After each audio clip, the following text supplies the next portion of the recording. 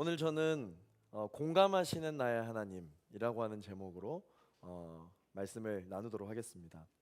우리가 읽었던 이 요한복음 11장 말씀, 11장 말씀과 12장 말씀 계속해서 이 말씀을 쭉 읽어보면 바로 마리아, 마르다 그리고 나사로, 죽은 나사로가 예수님께서 오셔서 나사로야 나오너라 하고 나서 살아서 걸어 나오는 그 기적적인 사건에 대한 기록이 이 요한복음 11장에 나와 있는 이 말씀입니다. 이 요한복음 11장에 있는 이 말씀을 통해서 우리가 알 수 있는 것은 무엇이냐면, 우리가 보통 이 죽은 나사로가 살아서 그 무덤을 걸어 나온다라고 하는 사건은 너무나도 기적적인 사건이잖아요. 그런데 여러분, 놀랍게도 이 공간복음에는 요한복음에만 그 내용이 상세하게 기록이 되어져 있어요. 그 말은 분명 이 나사로와 그리고 마리아, 마르다 이 세 남매를 통해서 하나님께서 주신 말씀이 있는데, 특별히 이 요한복음에서 이 사건에 대한 모든 상관관계를 통해서 하고자 하는 그러한 메시지가 있는 줄로 믿습니다.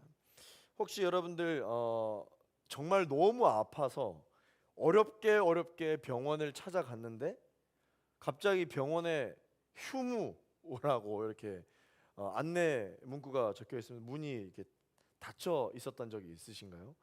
만약에 그렇다면 기분이 어떨까요? 정말 이 아픈 몸을 이끌고 어렵게 갔는데 문이 닫혀 있어요. 정말 아파서 119를 불렀는데 아무리 기다려도 안 오는 거예요.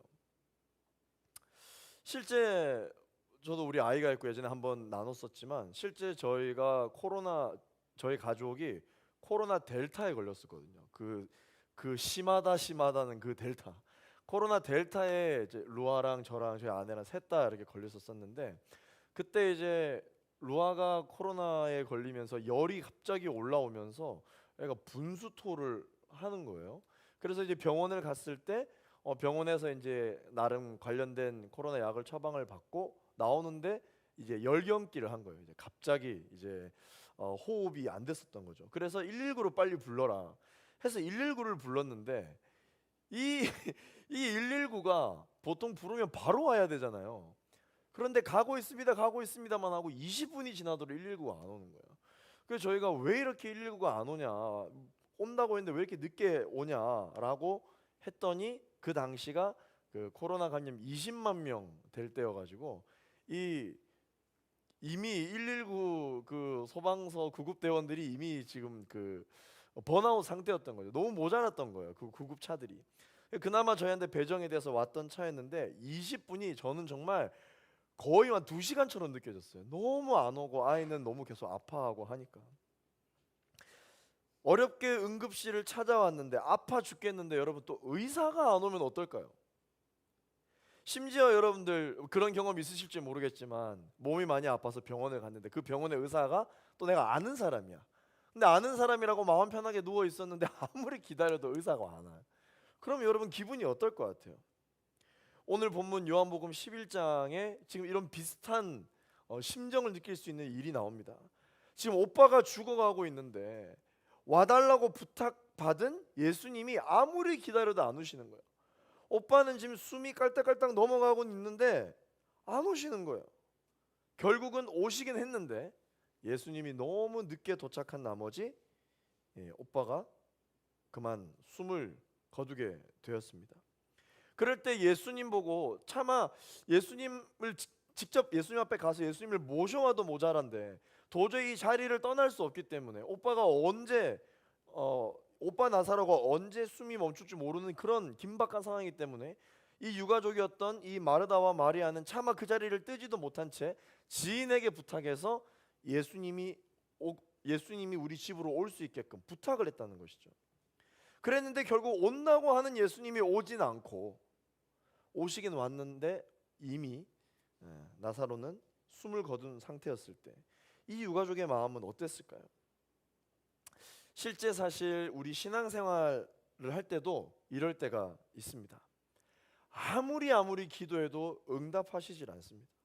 내가 교회는 오래 다녔지만 주님을 뜨겁게 만나본 적이 없어요.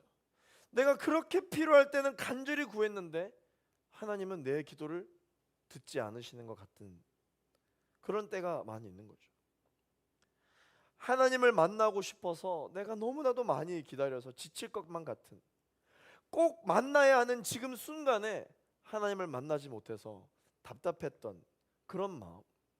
여러분, 그런 마음을 드신 적이 있으십니까? 내가 만난 하나님 간증문을 내신 분들에 대해서만 간증문을 읽어봤을 때 현재도 하나님을 너무나도 만나고 싶어서 기다리고 있는 우리 청년들도 있고, 또 만났던 것 같은데 계속 그 만남을 유지하고 있는지에 대한 궁금증이 있는 청년들도 많고, 내가 아무리 필요할 때 하나님께 구했지만, 교회를 오래 다녔지만 하나님 나의 기도를 응답하시지 않았고, 하나님을 뜨겁게 만난 적은 없으나 딱히 교회를 안 나올 용기는 또 없어서 그나마 계속 교회를 다니고 있는 청년들이 있다라고 간증문에 고백을 써주기도 했어요. 오늘 본문에 보니까 어느 날 나사로가 갑자기 위독해졌습니다. 상태가 더 이상 좋아질 것 같지 않았어요. 그래서 두 여동생은 결국은 서둘러서 예수님께 사람을 보내게 됩니다. 오늘 3절 말씀을 같이 한번 읽어보면 좋을 것 같아요. 본문 말씀만 오늘 읽을 거예요. 네, 우리 자막해주는 우리 지혜자매님이 너무 고생이 많으신 감사합니다. 3절 말씀만 한번 같이, 3절 말씀만이 아니에요. 계속 읽을 거예요. 네, 3절 말씀부터 읽어보도록 하겠습니다. 시작. 이에 그 누이들이 예수께 사람을 보내어 이르되 주여 보시옵소서, 사랑하시는 자가 병들었나이다 하니. 자, 그 누이들이 예수님한테 사람을 보내었어요. 그렇죠. 죄송하지만 사랑하는 자가 병들어 있습니다. 주님 보십시오.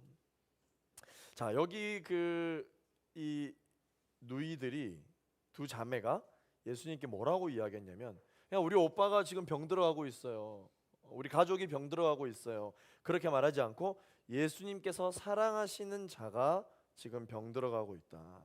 그래서 사실 이 사랑하시는 자가라고 하는 이 표현만 보면 알 수 있듯이 예수님과 이 두 자매, 그리고 나사로까지 이 세 남매는 그냥 서로 아는 사이가 아니었어요. 굉장히 친한 관계였습니다.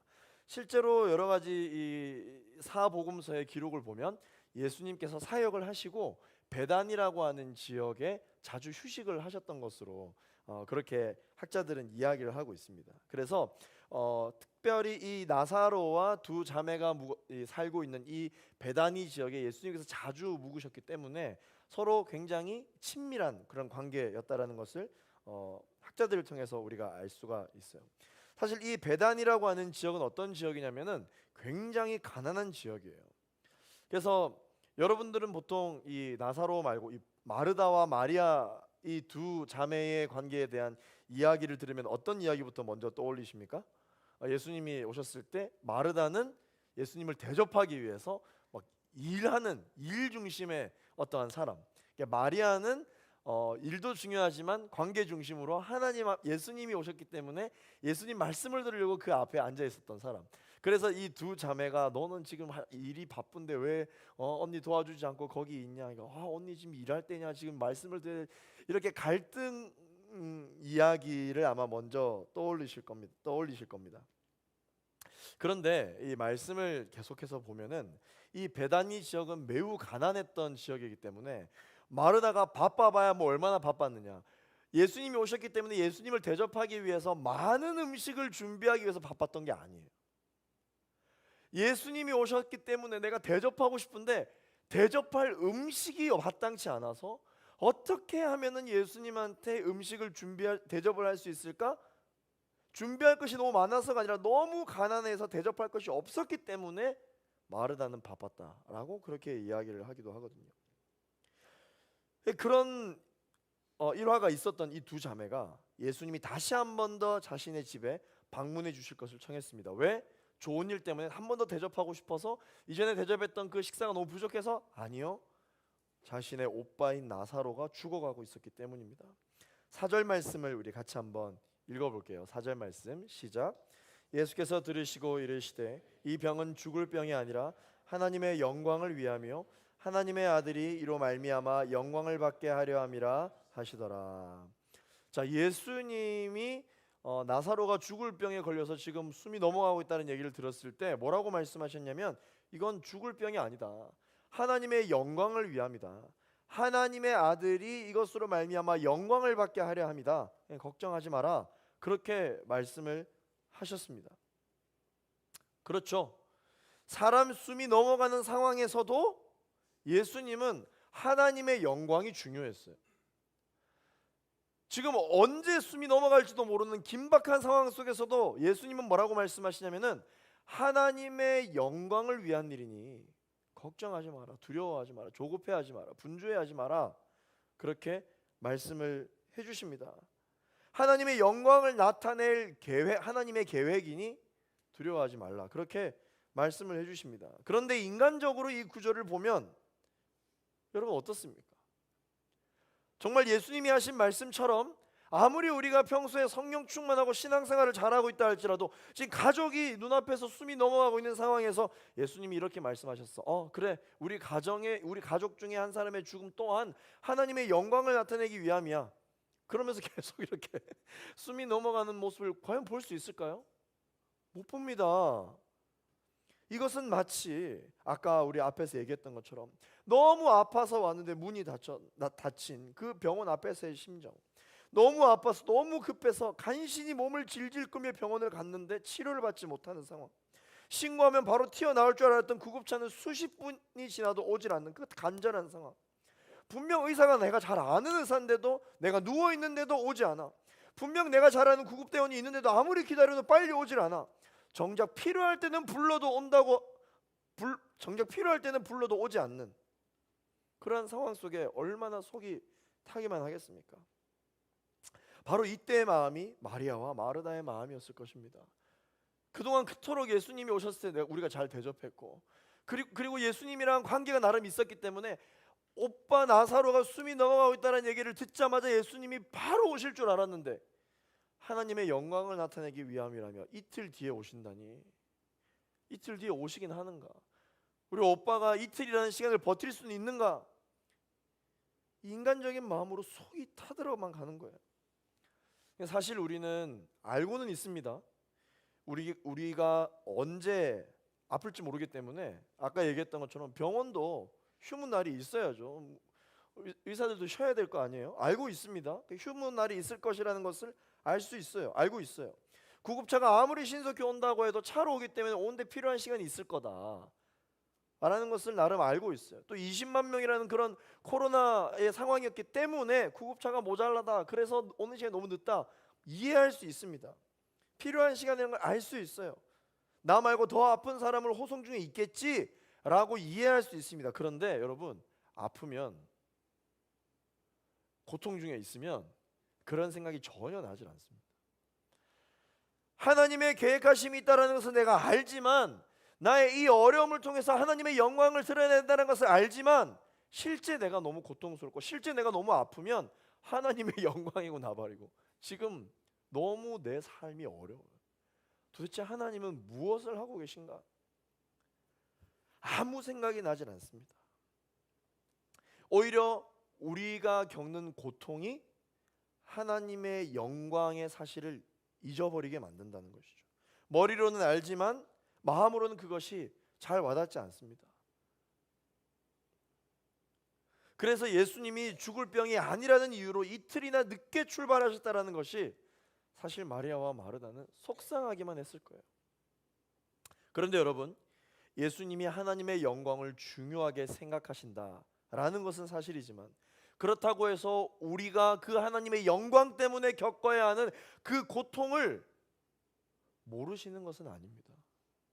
그 고통 또한 알고 계신다는 것이죠. 세상 그 누구보다도 친밀했던, 어쩌면 예수님의 마음을 가장 터놓고 편하게 이야기할 수 있었던 친구 나사로가 숨이 넘어가고 있다는 그 소식을 들었을 때 당장이라도 튀어가고 싶었지만 예수님이 하나님의 영광을 위하여 이틀 뒤에 가셨다는 것. 예수님도 사실 인간의 마음으로는 당장이라도 가고 싶었을 것입니다. 아니, 이틀 뒤에 가더라도 차라리 먼저 가서 이틀을 기다리고 그 나사로를 위하여 기도해 줄 때 해주더라도 인간의 마음으로는 먼저 친구에게 가고 싶었을 것입니다. 사실 예수님께서 사역하시던 상황 속에서 예수님이 사람 마음대로 하고 싶었던 순간이 어디 한두 번이겠습니까? 사실 뭐 이번 일 뿐이겠습니까? 오병이어 사건 보십시오. 물고기 2마리와 떡 5개. 여러분 그거 오병이어 사건이 있을 때 여러분 만약에 사람이라면 어땠을까요? 그 작은 소년이 자기가 가지고 있는 작은 도시락을 가지고 와서 저 이거밖에 없는데 이거라도 될까요? 라고 가져왔을 때 사람이라면 어떻게 말해? 장난치냐? 지금 여기 사람이 얼마나 많은데 이거 도시락 하나를 가지고 와서 너 뭘 할 수 있냐? 왜 나를 시험하니?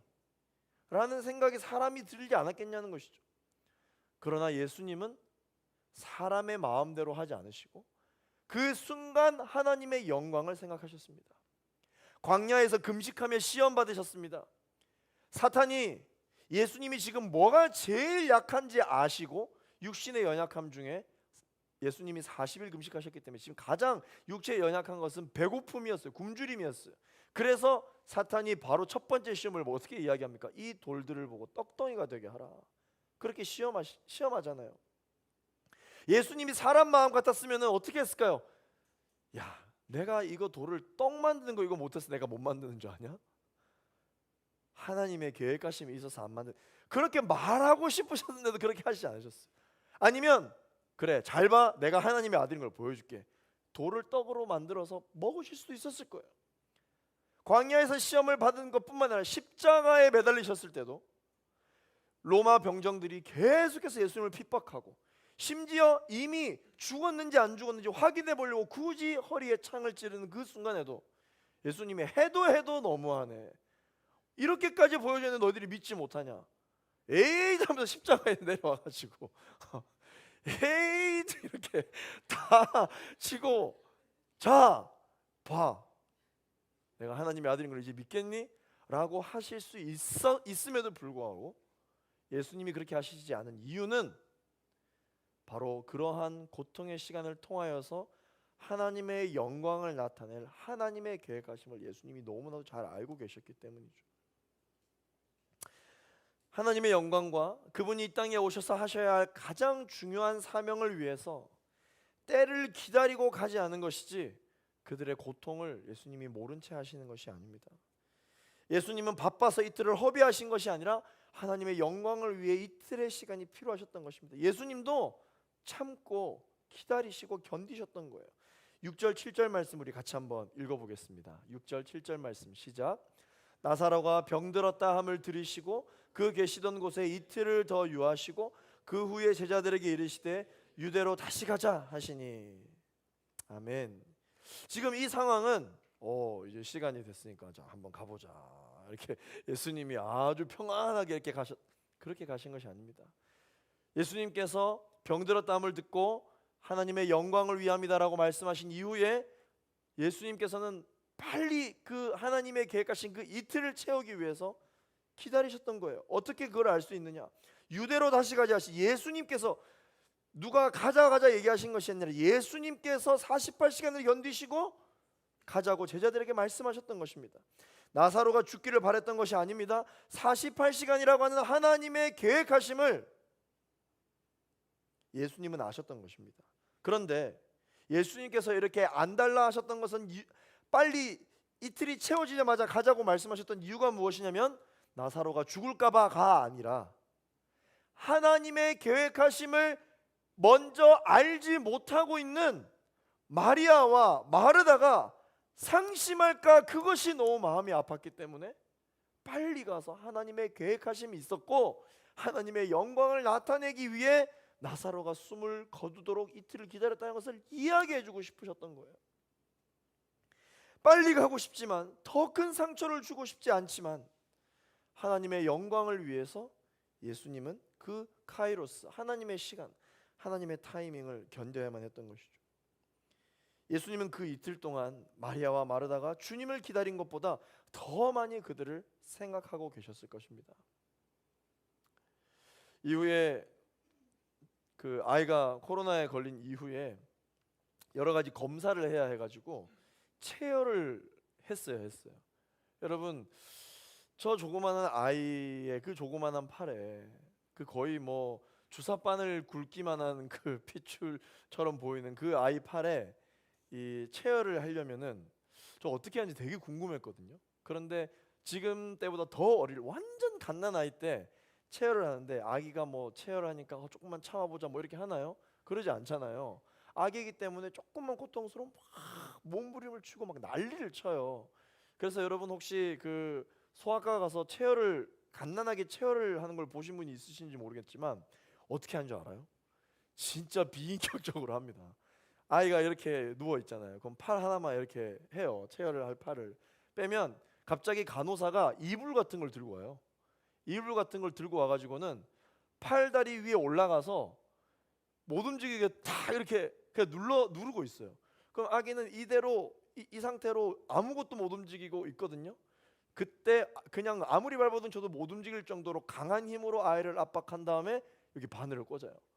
그럼 바늘을 꽂는 순간 아이가 비명을 지르고 소리를 지르고 막 울거든요. 그때 아기가 울면서 누구를 본 줄 알아요? 엄마를 봐요. 옆에 아빠가 있으면 아빠를 봐요. 그러면서 말을 못하니까 울음으로 표현을 하는데 표정으로 말하는데 어떤 표정이냐면 내가 지금 이 아픈데 엄마 아빠는 도대체 뭐하냐. 지금 이 간호사가 이렇게 꽉 누르고 바늘 들어가는데 바늘 가는데 뭐 하세요 아파요 난리를 치거든요. 근데 그 갓난아기가 체열할 때 거의 10중 8구 그 부모님들이 다 울어요. 너무 마음이 아파가지고 이 아이가 뭘 알겠나, 이 아이가 체열이라는 걸 알겠냐는 거죠. 뭐 왜 피를 뽑는지도 모르고 본인이 아픈지도 모르잖아요.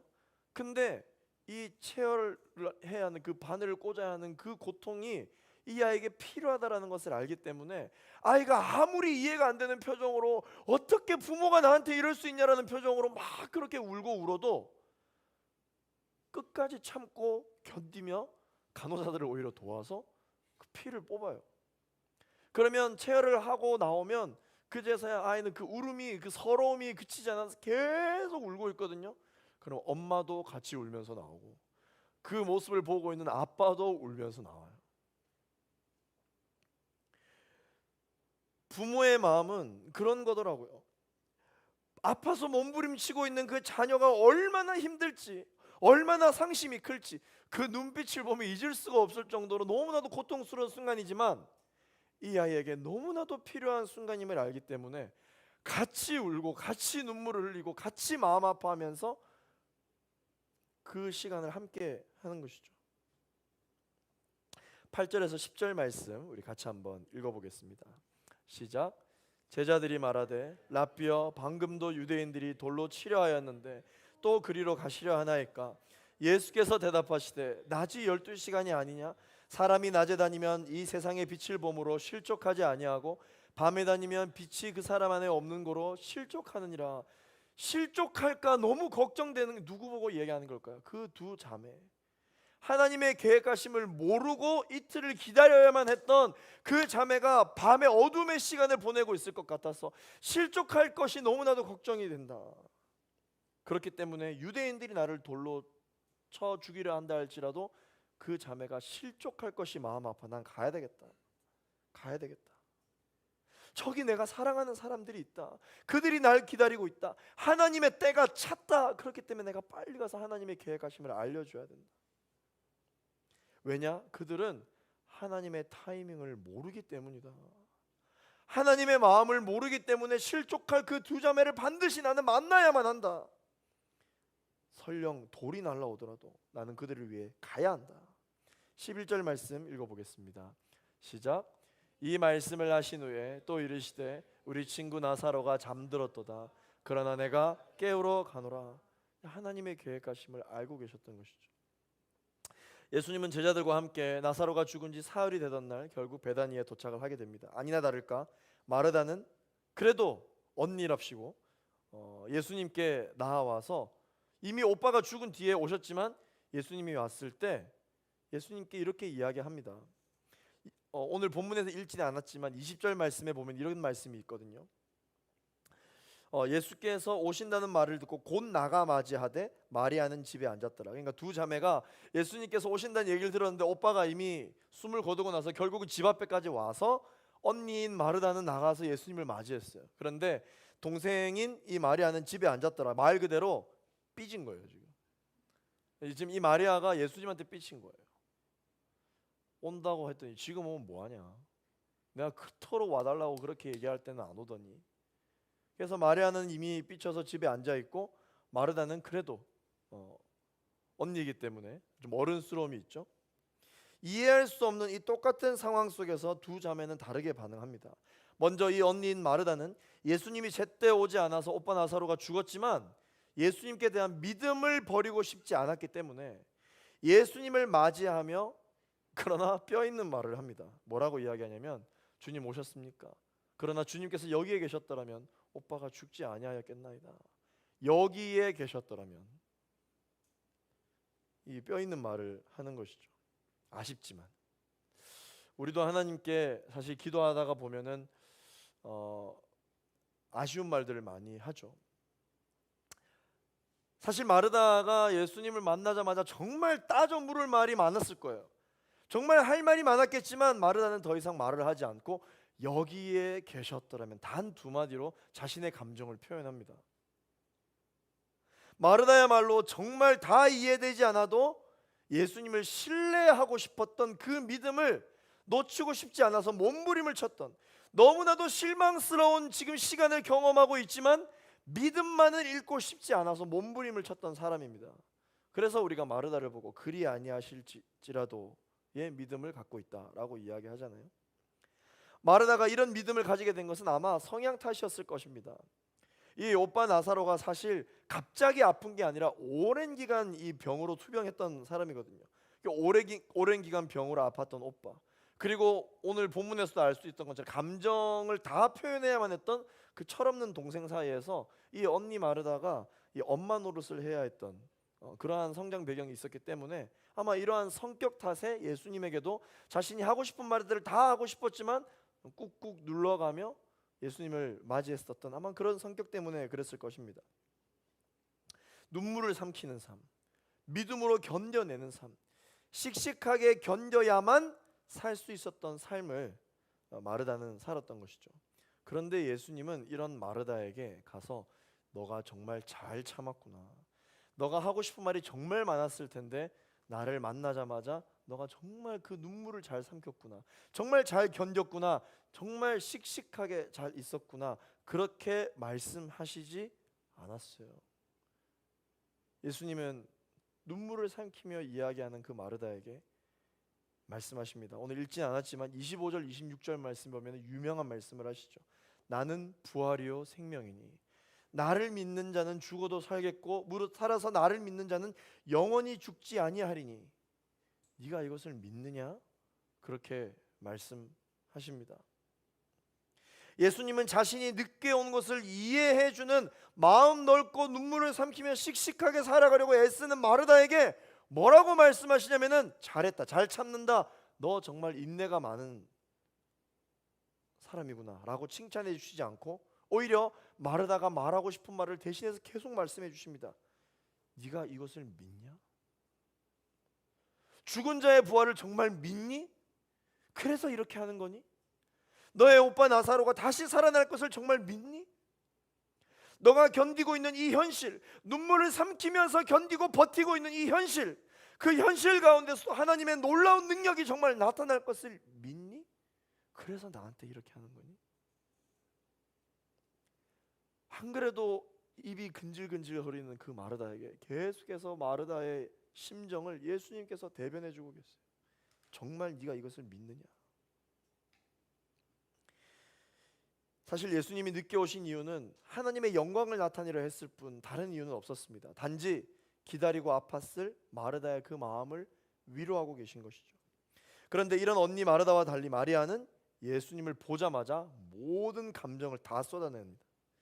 그녀는 예수님이 오셔도 마중 나가지 않고 이제 삐친 채 계속 집 안에 있었잖아요. 그런데 예수님이 마리아를 찾으셨어요. 예수님을 부르셨어요. 32절 말씀을 우리 같이 한번 읽어보겠습니다. 시작. 마리아가 예수 계신 곳에 가서 배웠고 그 발 앞에 엎드려 이르되 주께서 여기 계셨더라면 내 오라버니가 죽지 아니하였겠나이다 하더라. 자, 지금 마리아가 안 가고 이렇게 집에서 삐져서 이렇게 기다리고 있었는데 예수님이 마리아를 찬다는 소리를 듣자마자 예수님이 바로 앞에 가서 예수님 앞에 엎드렸어요. 그래서 이 32절 앞절 말씀의 기록에 보면은 주변 사람들이 마리아가 너무 슬퍼서 오빠 무덤에 뛰쳐나간 거라고 생각했다라고 기록이 되어 있을 정도로 곧바로 뛰쳐나갔습니다. 그런데 오빠 무덤에 간 것이 아니라 예수님이 그를 찾는다는 얘기를 듣자마자 바로 가서 엎드린 것이죠. 그러면서 이야기합니다. 주께서 여기 계셨더라면 내 오라버니가 죽지 아니하였겠나이다. 사실은 이 언니 마르다가 했던 말과 똑같은 말을 했어요. 주께서 여기 계셨더라면. 그런데 마르다는 감정을 꾹꾹 누르면서 주께서 여기 계셨더라면까지만 이야기했습니다. 그런데 마리아는 이 말을 하면서 발 아래 엎드려서 울고 모든 감정을 쏟아내며 다 말했어요. 그런데 이렇게 두 가지 상반되는 이 부르짖음의 모습을 보고 예수님이 누구의 믿음이 더 좋다라고 이야기하고 계시진 않습니다. 오히려 예수님은 그런 성향을 가지고 그렇게 주님 앞에 매달리는 그 마리아를 향해 예수님은 지금 어떻게 하고 계시냐면요, 그 심정을, 그 감정을 공감해주고 계십니다. 감정을 쏟아낼 때 예수님은 너 왜 참지 못하니? 왜 그 말을 씩씩하게 견디질 못하니? 하시는 것이 아니라 함께 공감해 주십니다. 우리가 보통 신앙생활을 하다가 보면 내가 감정적으로 예배하지 말아야지, 내가 감정에 휩싸이지 말아야지, 지금은 이성적으로 생각해야 할 때야 라고 생각하면서 오히려 하나님 앞에 감정에 휘둘리지 않고 있는 모습 그대로 하나님 앞에 진심으로 전심으로 나아가려고 애를 쓰는 경우가 많이 있습니다. 그런데 사랑하는 청년 여러분, 감정은 잘못된 게 아니에요. 감정은 잘못된 게 아니에요. 우리의 성격에 따라, 우리의 성향에 따라 하나님 앞에 매달리고 하나님 앞에 떼를 쓰는 것은, 그런 감정은 잘못된 게 아닙니다. 그 감정을 누가 만드셨습니까? 하나님께서 만드셨어요. 그렇다면 여러분, 저는 여러분들에게 도전하고 싶습니다. 여러분, 그러한 감정에 의해서라도, 그렇게 감정으로라도 하나님 앞에 매달리시는 여러분 되시기를 소망합니다. 내가 머리로 안다고 해서 감정으로 내가 하나님 앞에 매달리지 않아야지 라고 그러지 마시고, 오히려 하나님 앞에 여러분들 부르짖고 싶으신 게 있다면 하나님 앞에 모든 감정을 쏟아내세요. 그러면 하나님이 너는 왜 이렇게 참을성이 없니? 라고 말씀하시지 않고 예수님처럼 함께 공감해 주시는 분이십니다. 33절부터 35절까지 우리 같이 한번 읽어보겠습니다. 시작. 예수께서 그가 우는 것과 또 함께 온 유대인들이 우는 것을 보시고 심령에 비통히 여기시고 불쌍히 여기사 이르시되 그를 어디 두었느냐 이르되 주여 와서 보옵소서 하니 예수께서 눈물을 흘리시더라. 아멘. 이 눈물의 의미가 뭘까요? 내가 조금만 더 빨리 왔다면 나사로가 죽지 않았을 텐데, 내가 조금만 더 빨리 왔다면, 그러한 후회의 눈물일까요? 그렇지 않습니다. 예수님은 나사로를 다시 살리실 수 있었기 때문에 본인이 늦게 온 것으로 인하여 후회하는 눈물을 흘리시는 게 아니에요. 그럼 예수님 지금 이 눈물은 어떤 눈물일까요? 마리아와 마르다가 겪었을 그 실망감에 대한 마음이에요. 공감의 눈물이라는 것이죠. 네가 얼마나 마음이 아팠니? 네가 얼마나 하나님 앞에 실망했니? 네가 얼마나 애태우며 기다렸니? 나는 하나님의 계획하심을 알지만 너희는 하나님의 계획하심을 다 몰랐을 텐데 그럼에도 불구하고 얼마나 너희들이 마음이 아팠니? 불쌍히 여기사 함께 눈물을 흘리셨던 것이죠. 이와 같이 여러분, 하나님의 시간이 있고 사람의 시간이 있습니다. 하나님의 시간대로 우리의 기도를 응답해 주시지만 그것에 대하여 마음 아파하고 있는 우리를 향하여 하나님께서 징계하시고 심판하시고 너는 왜 이렇게 참을성이 없냐고 말씀해 주시는 분이 아니에요. 우리 하나님은 인격적인 하나님이십니다. 우리 하나님은 함께 울고 함께 마음 아파하시고 함께 공감해 주시면서 우리가 겪고 있는 그 어려움의 시간을 함께 헤쳐 나가 주시는 것이죠. 제가 인스타를 하는데 인스타에 글을 올리진 않습니다. 그냥 이렇게 모니터링만 계속 이렇게 하거든요. 네. 이렇게 하는데 인스타에서 어떤 한 외국인이 하나님 아버지의 마음이라고 이렇게 그걸 뭐라고 하죠? 릴스 맞나요? 인스타가 릴스죠. 유튜브는 쇼트인데 이게 계속 헷갈려가지고. 네. 그 릴스에다가 이 상황극을 올려놨더라고요. 제가 그것을 보는데 야 진짜 그렇구나라는 생각을 했습니다. 그래서 제가 그걸 직접 보여드릴 수는 없고 그러면 저희 유튜브 라이브가 닫히기 때문에 직접 한번 좀 시범을 보여드리면 좋을 것 같아요. 그래서 연습을 해보진 않았지만 우리 오이타에 갔더니 우리 홍성태 형제님이 그렇게 매력을 발산하더라고요. 깨어 일어날지어다. 그렇게 잠들 때가 아닌데. 자 일어나 보세요. 일어나 보세요. 네, 아니 그 존다고 이렇게 세운 게 아니에요. 걱정하지 마. 저 혼나는 것처럼 이렇게 일어나니까 제가 좀 마음이 미안해서 그러죠. 네, 미안. 뭐 좀 시켜도 될까요? 네. 우리 신범 형제도 이렇게 나오시고. 네, 우리 카메라를 저를 잘 비춰주시면 좋을 것 같아요. 이게 없어가지고 여기 제가 가위 놔뒀었는데 가위 어디 갔지? 아 네. 자 릴스에서 이런 게 나오더라고요. 네, 여기 옆에 숨어가지고 여기 옆에 숨어서 성태가 나오면 바로 찌르려고 막 위협을 하고 있습니다. 알겠지? 자 성태는 이제 저와 함께 그 반주 좀 해주실래요? 너무 민망해가지고. 네.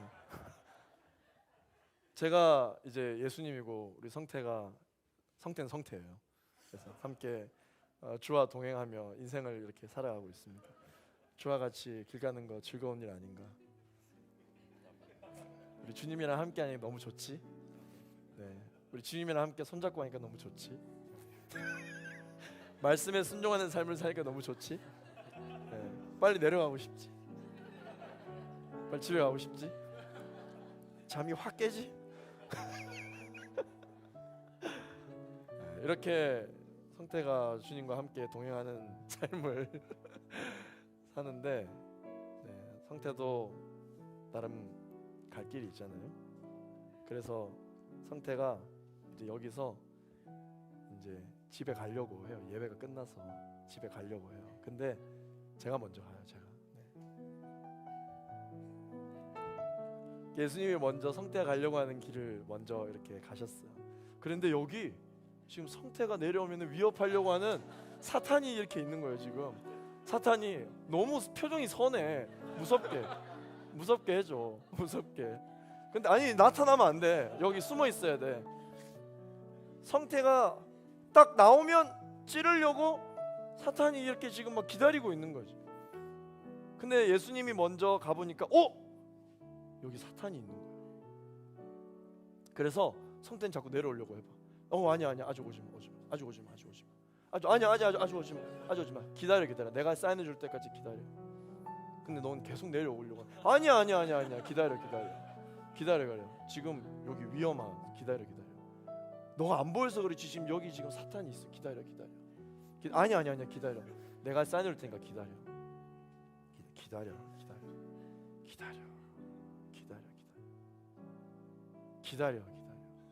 더 기다려. 위험해. 기다려. 아직 안 갔어. 사탄이 있어. 기다려. 근데 계속해서 본인은 빨리 가야 된다고. 왜 자꾸 내 앞길을 막냐고. 이제 예수님한테 화를 내기 시작해.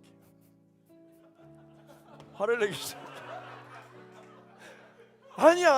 아직 기다려. 아직 여기 위험한 사탄이 있어. 너가 아직 안 보여서 그렇지. 기다려. 아니야. 아직 기다려. 내가 사인을 줄게. 기다려. 지쳤어 사탄? 계속 호시탐탐 노리고 있어요. 그래도 예수님을 뿌리치고 막 가려고 해. 아니야. 아직 아니야. 기다려. 제발 기다려. 날 믿어. 기다려.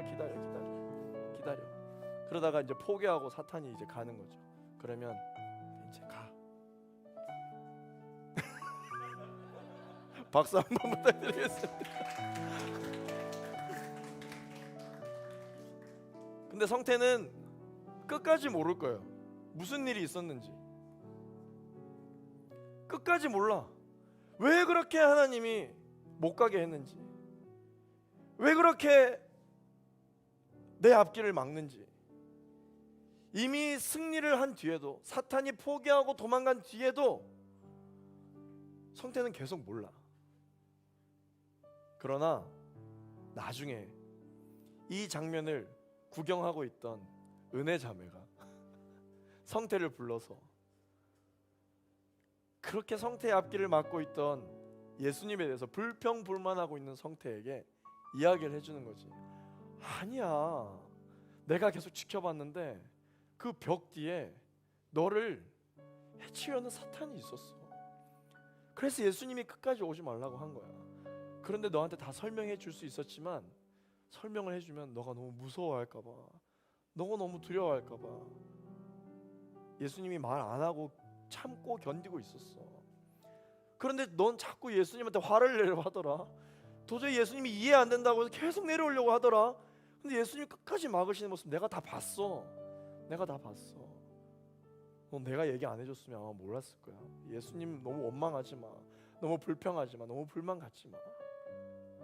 다 그 이유가 있었어. 사랑하는 우리 1516교회 청년 여러분, 제가 여러분들의 간증문을 다 읽어봤는데 내신 분들 아직 다 제출하시지 않았지만 사실은 여러분들이 만난 하나님을 저 이 하나님 만났어요. 그래서 이 하나님을 전하고 싶어요 라는 간증문보다는 대부분의 청년들이 어떤 간증이 있었냐면 하나님을 뜨겁게 만나고 싶다고, 나도 말하지 않고는 견딜 수 없는 그 하나님을 뜨겁게 경험하고 싶다고. 그래서 사실 내가 유학 갔을 때 하나님을 만났었다, 내가 어렸을 때 아팠었는데 그때 하나님을 만났었다, 그리고 내 부모님을 통해서 내 가족을 통해서 하나님이 살아계시다라는 것을 내가 알고 있다.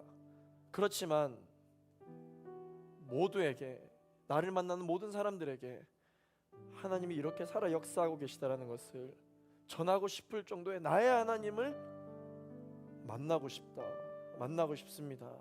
그런데 1516 교회를 통해서 예배가 회복되기 시작했고 1516 교회를 통해서 하나님을 만날 수 있을 것만 같은 희망이 생겨서 요즘 계속 그 날을 기다리고 있습니다. 기도하고 있습니다. 기도가 회복됐고 찬양이 회복됐고 예배가 회복됐고 있습니다. 그러나 뭐라고 기도해야 될지는 모르겠지만 하나님을 뜨겁게 만날 수 있을 거라는 희망을 갖고 있습니다 라고 간증문을 써주신 분들이 더 많이 있더라고요. 그런 여러분들의 솔직한 고백을 보면서 제가 목회자로서 어떤 마음이 들었을까요? 얘는 아직 못 만났네, 얘는 만났고 어휴 예뻐라, 얘 못 만났네, 아직 멀었어. 제가 여러분들의 간증문을 보고 이 점수를 매기는 마음이 있었을까요? 수준을 판단하는 마음이 있었을까요? 전혀 그렇지 않습니다. 이미 하나님을 뜨겁게 만난 청년들은 그 하나님을 뜨겁게 만난 그 하나님 때문에 제가 너무 마음이 뜨거워지고, 아직까지 하나님을 뜨겁게 경험하지 못한 청년들은 그 몸부림에 제 마음이 너무 함께 눈물이 나는 거예요. 왜냐하면 저도 하나님 만나고 싶어서 몸부림을 쳐봤거든. 아무리 벽을 치고 두드려 봐도 하나님이 계신지 잘 모를 것 같은 시절이 있었거든요. 아무리 내 인생을 다 걸어야 된다는 건 알고 있었지만 과연 그 하나님을 나는 도대체 언제 만날 수 있는가 라는 그러한 그 애끓는 심정이 저에게도 있었거든요. 그래서 여러분들의 그 몸부림과 여러분들의 그 부르짖음을 제가 너무 잘 알 것 같아서 오히려 그러한 고백을 하는 여러분들의 간증문을 보고 내가 더 우리 청년들을 위해서 기도해야 되겠다라는 생각이 들더라는 것이죠. 그런데 여러분, 그런 고백을 들으시는 하나님 아버지의 마음이 그와 같습니다. 여러분들이 하나님을 뜨겁게 만나지 못했다고 해서, 여러분들이 여러분들을 만난 하나님은 누구십니까? 라고 물어봤을 때 저는 이런 하나님을 만났습니다 라고 말할 수 있을 만한 어떤 그런 에피소드가 없다고 해서 하나님이 여러분들의 기도를 잘 응답하시어 기도를 덜 응답하시느냐? 하나님 그런 분이 아니시라는 것이죠. 오늘 하나님의 계획하심은 잘 모르지만 언니인 마르다는 눈물을 꾹 삼키고 예수님과의 관계를 계속 맺으려고 했고, 동생 마리아는 어떻게 이럴 수가 있냐라고 매달렸던 그 모든 두 사람의 반응을 통해서 예수님은 어떻게 하셨느냐? 공감하셨다. 그 마음을 공감하셨다. 그러나 하나님의 그 타이밍과 하나님의 시간과 하나님의 그 섭리가 완성될 때까지 예수님이 함께 아파하시고 함께 울어주시고 함께 공감해 주셨다. 누구보다도 우리의 마음을 잘 아시는 분이 누구십니까? 바로 우리 예수님이십니다. 우리 예수님은 누구보다도 우리의 마음을 잘 공감해 주시는 분이십니다. 예수님은 누구보다도 우리의 고민을 잘 아시는 분이시고, 예수님은 누구보다도 감정이 풍부하신 분이시고, 예수님은 누구보다도 눈물이 많으신 분이시고, 예수님은 누구보다도 하나님과 우리가 만나기를 간절히 원하셔서 기도해 주고 계신 분이세요. 주님이 우리에게 참아 기다리라 라고 말씀하실 때, 그때 그분의 마음은 사실은 누구보다도 아파하고 계시다는 사실을 여러분 기억하시길 바랍니다.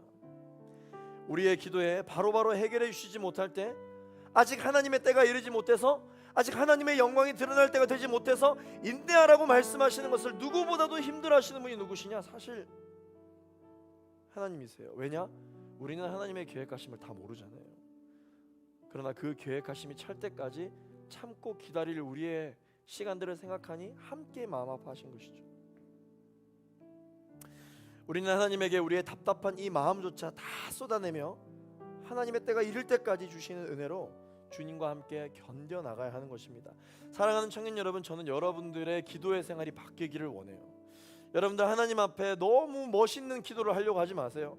하나님도 감동을 시킬 수 있을 만한 감동적인 말로 기도하려고 애쓰지 마세요. 있는 모습 그대로 여러분들의 감정을 다 쏟아내시길 바랍니다. 고통스러우면 고통스럽다고, 힘들면 힘들다고 다 쏟아내시기 바랍니다. 여러분들의 성격이 그렇다면 그 성격대로 있는 모습 그대로 주님 앞에 나아가세요. 굳이 여러분들 내 성격이 그렇지 않다고 해서 또 이렇게 하는 것이 하나님 불편하게 하는 것일 거야 라고 생각해서 여러분들 꾹꾹 여러분들의 감정을 눌러 담지 말고 하나님 앞에 있는 모습 그대로 나아가시길 바랍니다. 오늘 우리 오이타에서 많은 간증들이 있지만 우리 민서 자매와 우리 태영 자매의 간증이 참 감동적이고 은혜스러웠던 이유가 무엇입니까? 숨김이 없잖아요.